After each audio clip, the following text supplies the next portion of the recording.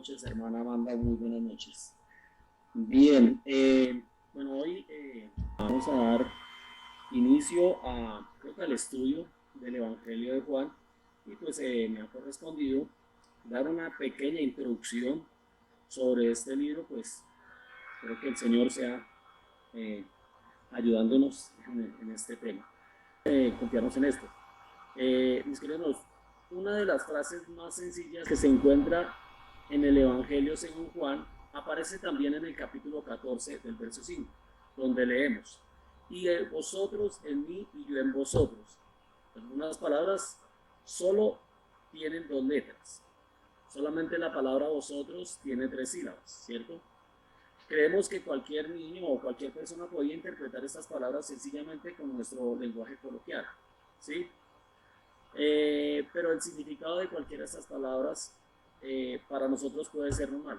Pero al unir estas palabras, leemos, y vosotros en mí y yo en vosotros, ahí es donde se complica la cosa, porque pues, si lo miramos al rasgo de un filósofo, un teólogo, pues es muy difícil entender esto, posiblemente es difícil sondear la profundidad del significado de esta frase. Sabemos que la frase, a vosotros en mí, se refiere a la salvación, y la frase yo en vosotros se refiere a la santificación, ¿cierto? O el desarrollo espiritual de un cristiano.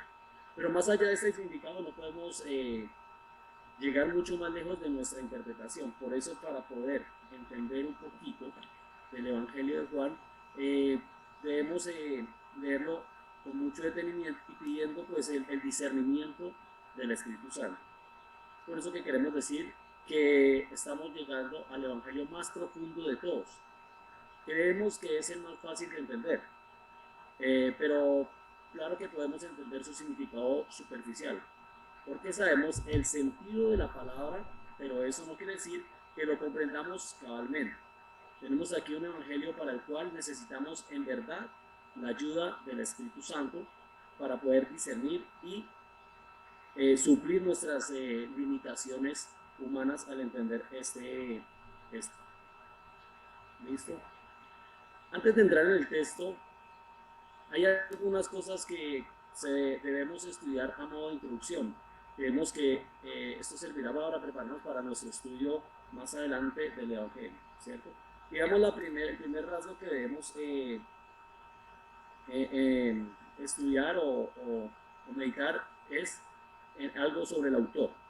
Según los escritos, Juan el apóstol fue el escritor. Él era hijo de Zebedeo y de Salomé, y hermano de Santiago. En cuanto a algunas referencias de Juan, tanto familiares como en su carácter de autor del libro, podemos referirnos a las siguientes citas bíblicas. Podemos mirar que en Juan 1:19, 20, perdón, en Marcos 1:19, 20, Marcos 1:19, 20, dice la palabra.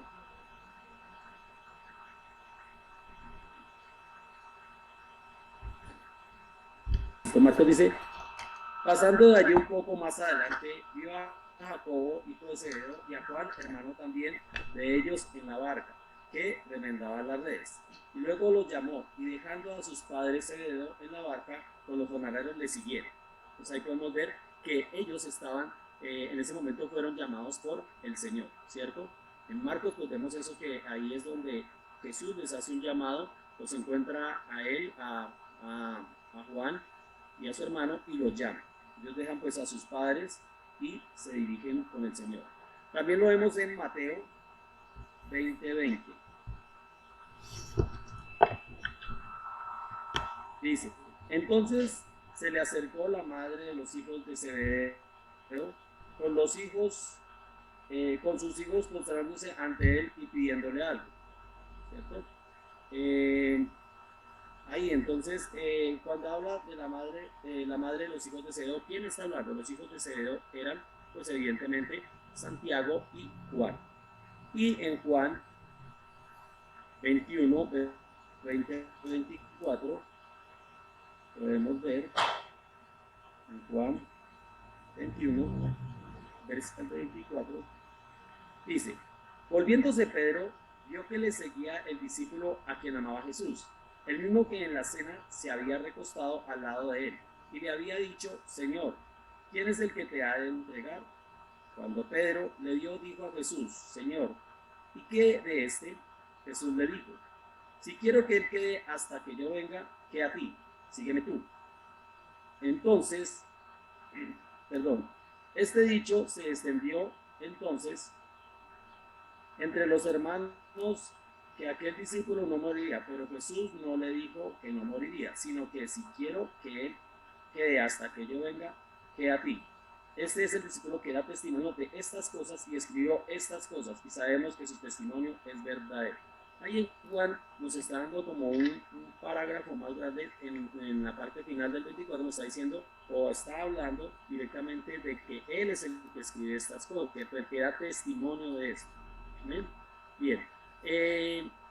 En la Escuela de Teología de Turín, Alemania, ha dudado seriamente en la paternidad o en la escritura que haya sido Juan, el apóstol. Y con ella también han hecho muchos teólogos liberales, los que no creen en la inspiración de la Biblia. Sin embargo, estas objeciones han sido completamente refutadas y la paternidad de Juan es aceptada hoy en día por los convertidos eruditos. En esto, pues de pronto mirábamos, ¿cierto?, de que los liberales o los negaban la deidad, o sea, no negaban la deidad de Jesús, sí decían que Dios o que Jesús era Dios, pero lo que decían era que Jesús no no se había hecho hombre, ¿cierto? En esto pues vemos que ellos son los gnósticos los que hablaban de esta posición. Entonces, por eso en Alemania, en Turín, se habla de eso.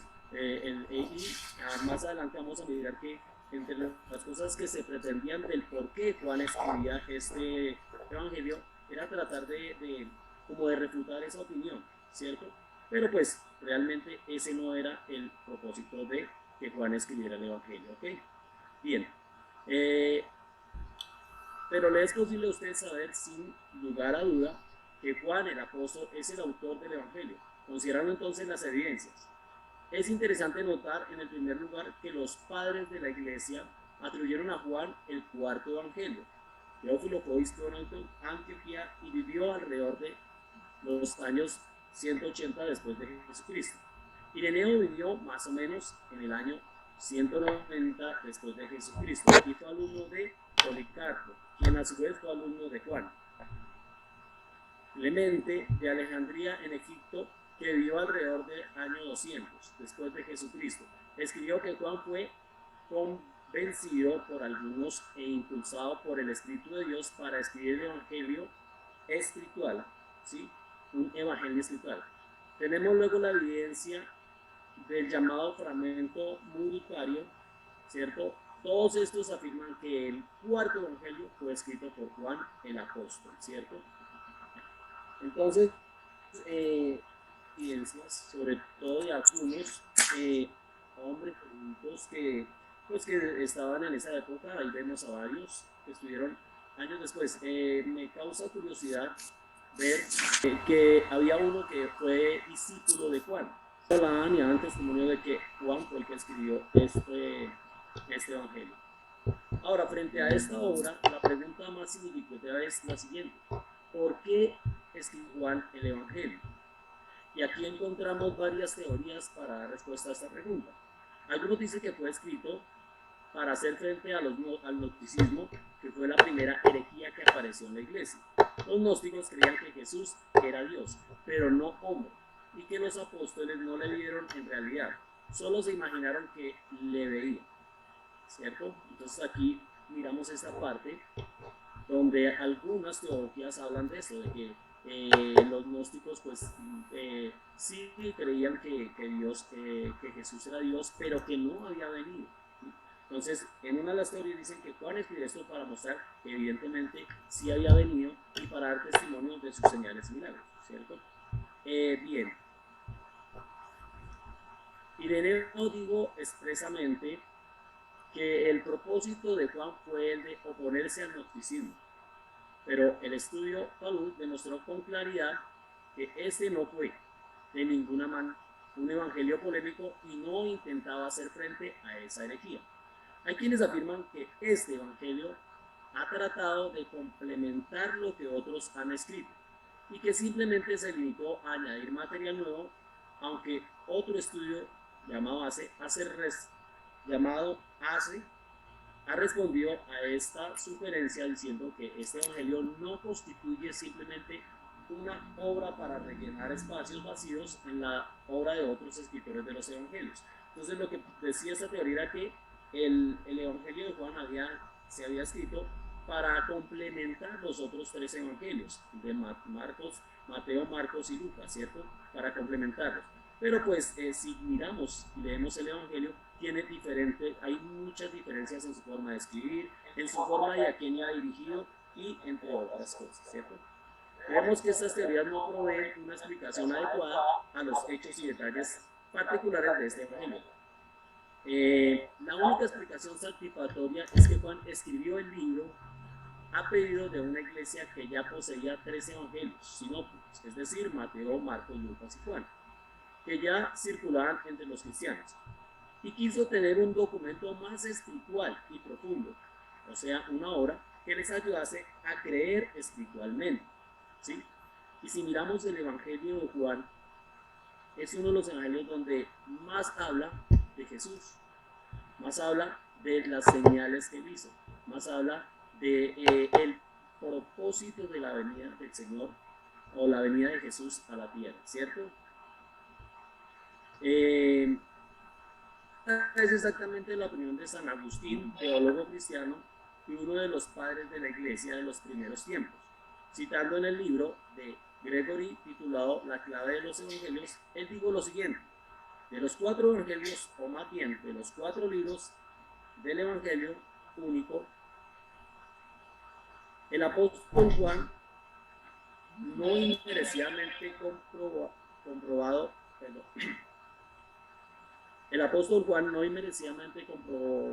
comparado con el águila, en su comprensión espiritual ha elevado de manera mucho más sublime que los otros 3 evangelios su proclamación, y al hacerlo así ha deseado que también nuestros corazones fuesen elevados. Este fue pues el propósito del evangelio de Juan. Por este motivo lo escribió su autor.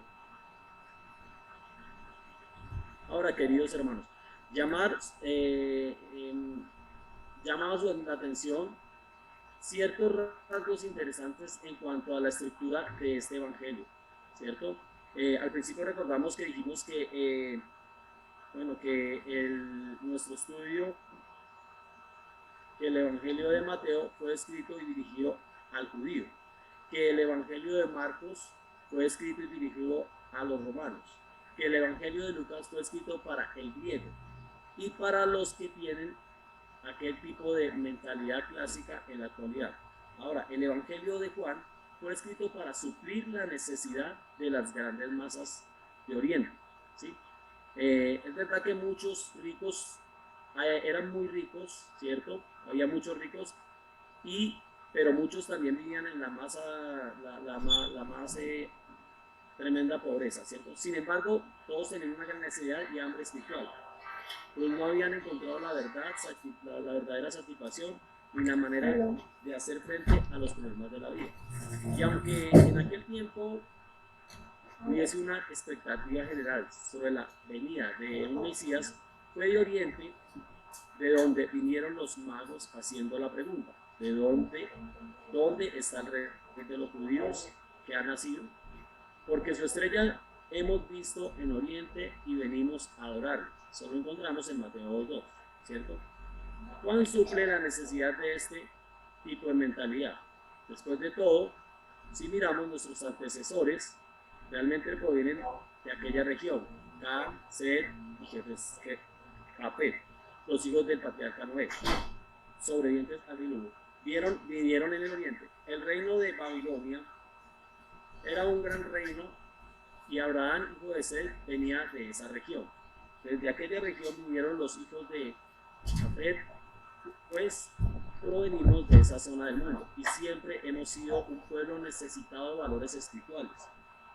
Hoy en día, esta realidad se refleja en cada uno de nosotros. Y puede que sea precisamente por este motivo que el Evangelio de Juan ha sido recibido y estudiado tan universalmente. Somos que es un evangelio, ¿cierto? El cual va dirigido hacia la necesidad de el crecimiento espiritual, hacia la necesidad de conocer más, ¿sí? Espiritualmente, ¿cierto? Bien. Continuando entonces, ahora, los tres primeros evangelios se llaman los evangelios sinópticos, porque los tres han sido escritos desde el mismo punto de vista y de un modo similar, pero el cuarto evangelio es diferente. En primer lugar, Mateo y Marcos revelan un énfasis especial en los milagros de Jesús, y Lucas dedica una atención especial en las parábolas. En cambio, Juan no hace ninguna de estas dos cosas, ¿sí? En segundo lugar, los milagros de Jesús en el Evangelio según San Juan son expuestos como señales y fueron elegidos con muchísimo cuidado para interpretar ciertas grandes verdades. Por ejemplo, Jesús, mediante un milagro, alimentó a 5.000 y pronunció entonces su discurso sobre el pan de vida. Hay aproximadamente 11 señales, bueno, yo hoy voy a hablarles de 7, 8, las cuales aparecen ahí. Entonces, una de estas señales que aparecen en el Evangelio de Juan son en Juan 2, 1, 11, convirtió el agua en vino en las bodas de Caná de Galilea, ¿sí? Y ahí surgían algunas discusiones sobre esto, ¿cierto?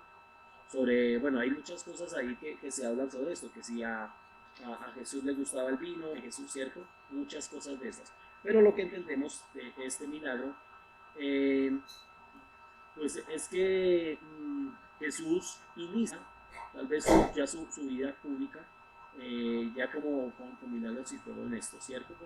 Y también vimos varias cosas que estábamos mirando alguna vez con los hermanos, ¿sí? Y había una discusión sobre quién era María, ¿sí? Si María, y ahí al principio decía que María estaba allí, y que María era tal vez una de las encargadas, ¿sí?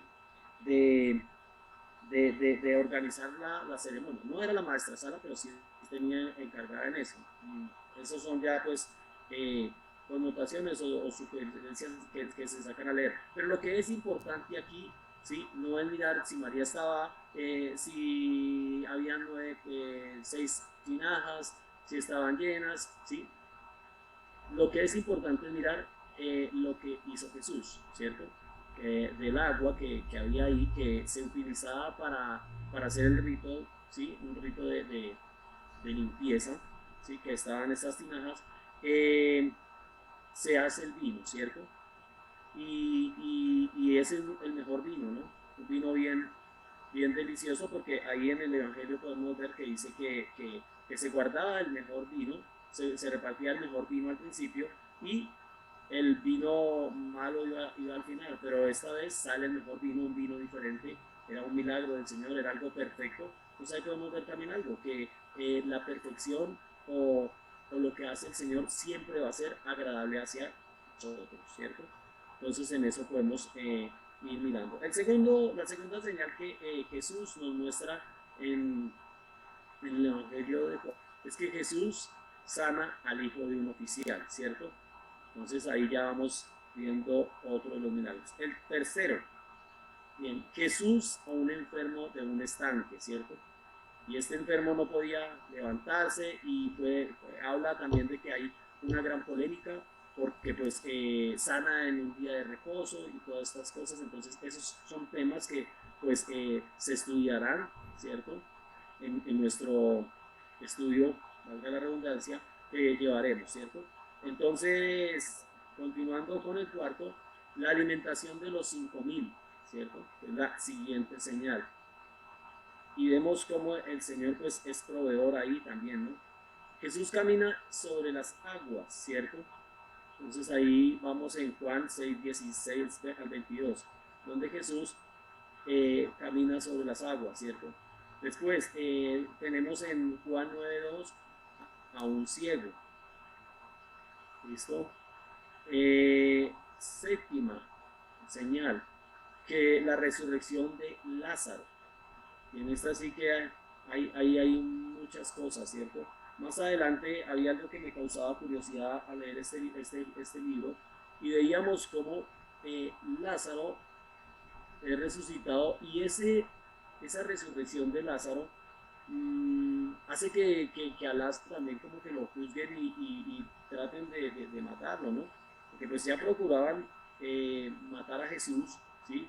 Y el milagro de ver a un resucitado, pues aquellos escribas, aquellos que iban en contra del Señor también decían, wow, eso es un milagro tremendo, ¿no?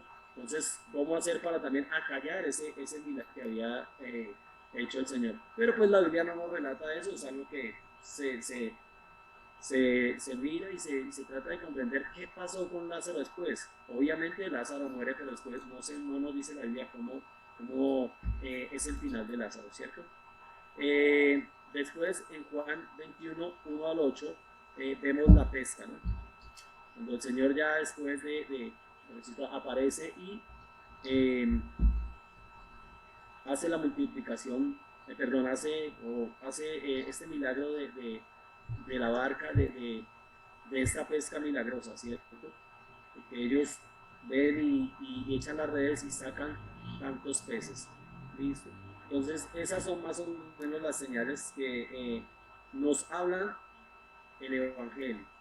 Y nótese que este Evangelio habla de unas señales, las cuales mostraban, y es importante tener esa parte de señales que hace el Señor, para mostrar su gloria, para mostrar su deidad, para mostrar quién era Él. ¿Sí? La palabra dice que a los suyos vino y los suyos no le escucharon. ¿Sí? Y ellos vieron, audiblemente, visiblemente veían los milagros que el Señor estaba haciendo, ¿cierto? Pero ellos no creyeron, muchos de ellos eh, renegaron de él, incluso algunos de sus apóstoles, como lo podemos ver en Pedro, en algún momento lo negaron, y pues eso también lo habla el Evangelio de Juan, cuando Pedro literalmente sí, como lo está diciendo, y lo niega, y, y se cumple pues también lo que el Señor le había dicho a Pedro, ¿no? Bueno, las señales. Ahora, en el tercer lugar, no hay parábolas en el cuarto evangelio, en el Evangelio de Juan, no hay parábolas. Algunos cristianos usan la palabra parábola. En el capítulo 10, versículo 6 de Juan. Capítulo 6, versículo 10. Si alguien me colabora. Gracias. Juan 6:10, hermano. Sí, señor. Juan 6:10 dice, entonces Jesús dijo, haced recostar la gente, y había mucha hierba en aquel lugar, y se recostaron como en número de 5.000 varones. Ok, bien. Pero esta es una palabra que era parábola. O sea, lo que nos está diciendo ahí es que no es una parábola, sino es una paroima. La versión Reina Valera la traduce correctamente la palabra alegoría. La historia del buen pastor es otro ejemplo, ¿cierto?, de esto, ¿sí? Entonces, aquí no hay una parábola del buen pastor, sino hay un discurso. Entonces, lo que podemos ver, a diferencia de los otros evangelios, es que en el evangelio de Juan no hay parábolas, ¿cierto? Hay alegorías, ¿cierto? Hay relatos, hay discursos, pero no hay parábolas como tal, ¿listo? Entonces, ya hemos mencionado la sencillez del lenguaje del evangelio de Juan, y es notable en verdad. Sin embargo, este es un evangelio muy profundo, y por eso es bastante difícil de abarcar la totalidad del significado de todo lo que encontramos allí, ¿cierto? Bueno, también vemos que en este libro Juan nos da un orden cronológico que es bueno notar, ¿cierto? Por ejemplo, en el primer capítulo, ¿sí?, el versículo 35 dice, el siguiente día. Y luego en el versículo 43 del mismo capítulo repite, el siguiente día. Entonces, no solo nos da un orden lógico de sucesión, sino también un orden cronológico. También identifica detalles y lugares, ¿sí? Como por ejemplo escribe Betarda al otro lado del Jordán en el capítulo 1, y en el versículo 28 especifica Cana de Galilea, ¿cierto? en el capítulo 2, versículo 1, ¿cierto? Entonces aquí vemos que también nos da unos detalles ya geográficos de lugares, de ciudades, ¿cierto? De, de pueblos, de sitios, ¿sí? Entonces hasta ahí pues vemos que es muy interesante el, el estudio de Juan, porque yo sé que muchos vamos a entender muchas cosas que tal vez no hemos comprendido, ¿cierto? Bien, aunque la deidad de Cristo es el tema predominante en este evangelio, o sea, la humanidad de Cristo no se pierde de vista. Es decir, siempre nos está hablando de Cristo, de Dios hecho hombre, ¿cierto? De la deidad de Dios, de la deidad de Jesús, ¿cierto?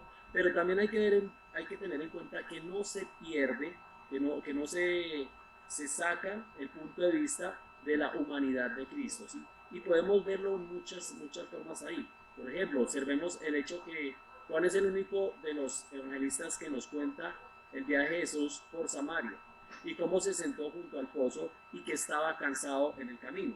Entonces nosotros pensamos, esto es totalmente una característica humana, ¿sí? El estar cansado, el tener sed, ¿cierto? Es una característica humana. Entonces nos está hablando de un Jesús hecho hombre, un Dios hecho hombre, ¿cierto?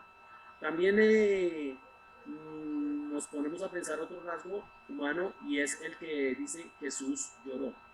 Y vemos también otra característica de ser humano. Humano llorando, humano con sentimientos, ¿cierto? Humano tal vez con emociones, ¿sí? Yo me imagino también, de pronto tal vez en las bodas de Canaán, de pronto estaba un poco alegre, ¿cierto? De pronto también estaba entristecido en algún momento, ¿sí? Entonces vemos que hay rasgos y pues de pronto ahí vamos a encontrar rasgos de que nos habla y no se pierde esa parte, ese carácter humano de Jesús, ¿cierto? Porque tenemos que tener en cuenta que Jesús se hizo hombre, ¿bien? Ok. El nombre Jesús se usa casi con exclusividad en este evangelio, con la exclusión del nombre de Cristo. Casi no se nombra a Cristo, ¿cierto? Esto parecería extraño, ¿no? En el evangelio que enfatiza su deidad, porque pues se usa solamente el nombre de Jesús. Bueno, es porque Dios se hizo hombre. Y en este evangelio nos habla bastante de eso, de esa obra maravillosa que hace Dios en dar a su Hijo, ¿sí? O sea, el mismo Dios, esa persona de Dios que se hace Hijo, que se hace Hijo y viene en Jesús, ¿cierto? Entonces entendemos ahí que este evangelio nos habla de eso, de Jesús, de Dios hecho hombre, ¿sí? Y miramos en el versículo 1, nos habla bastante y creo que arranca con eso, ¿no? Dice, en el principio el verbo era el verbo y el verbo era con Dios y el verbo era Dios, ¿cierto? En este era el principio con Dios, ¿cierto? Entonces ahí vemos que, ¿quién era el verbo? El verbo era Dios, ¿cierto? Y Dios se hace hombre ¿para qué? Para venir, para mostrar, ¿sí? Para mostrar su amor, su deidad. Y como hombre viene y obviamente aquí el Evangelio de Juan nos está mostrando la parte humana de Dios, ¿sí? O la parte de Dios, la parte humana de Dios en Jesucristo. ¿Listo? Bien. También creemos que es interesante notar que la palabra judío aparece más de 70 veces en este Evangelio, ¿cierto? Uno de los padres de la iglesia dijo, el Evangelio de Juan es la consumación de los evangelios, así como los evangélicos a su vez son la consumación de la escritura, ¿cierto? Jerónimo dijo, Juan sobresale en las profundidades de los misterios divinos. Burroughs lo expresó así, creo que la escritura de Juan ha enjuagado más lágrimas de penitentes y que han ganado más corazones para el Redentor que todos los demás juntas, ¿cierto? Entonces son pensamientos de algunos eruditos, algunos escritores, algunos hombres que han escudriñado las escrituras y han tenido estos pensamientos, ¿cierto? Bueno, la deidad de Jesús es el tema que predomina en este evangelio. El carácter mesiánico de Cristo es un tema que también tiene prioridad. Esto se declara súcitamente en el capítulo 20 del evangelio, versículo 30 y 31. Y creemos que debe ser considerado con la misma clave de este evangelio. Entonces acá dice, hizo además Jesús muchas otras señales en presencia de sus discípulos, las cuales no están escritas en este libro, pero se han escrito para que creáis que Jesús es el Cristo, el Hijo de Dios, y para que creyendo tengáis vida en su nombre, ¿cierto? Obviamente, claro, hay algunas de las señales, por eso decía, hay muchas más señales que Jesús hizo, ¿cierto? Pero pues acá habla de algunas deidades, algunas señales que hizo el Señor. Y pues ahí lo decimos, ¿no? La deidad de Jesús es el tema predominante, ¿sí? La deidad de Jesús. Ok. Hay un movimiento dinámico que es expresado en el capítulo 16, versículo 28. Dice allí, salí del Padre y he venido al mundo. Otra vez dejé el mundo y voy al Padre. Dios se hizo hombre. Esta es la declaración simple de la verdad sublime. Dios se hizo hombre. Estas enseñanzas y sucesos han sido todos relatados con el fin específico de engendrar fe en el corazón del ser humano. El verbo creer, por ejemplo, se usa más de 100 veces en este evangelio de Juan, pero en contraste aparece menos de 40 veces en los evangelios sinópticos de Mateo, Marcos y Lucas. La palabra fe no aparece en el evangelio de Juan, pero se halla en los otros evangelios. La expresión vida eterna aparece 35 veces, pero solamente 12 veces en los evangelios sinópticos. De modo que lo que tenemos aquí en este evangelio es el verbo activo creer, que se usa generalmente con creer en o creer a. Es un acto de voluntad y no un consentimiento estático.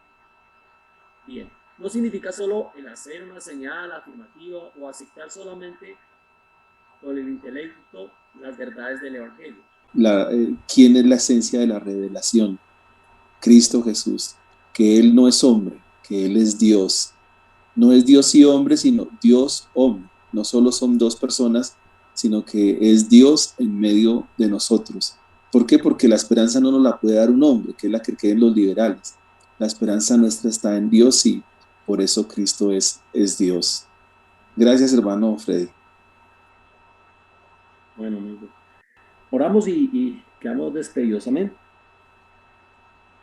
Amado Dios, te damos gracias una vez más, Señor, por tu infinito amor y tu infinita misericordia, Señor.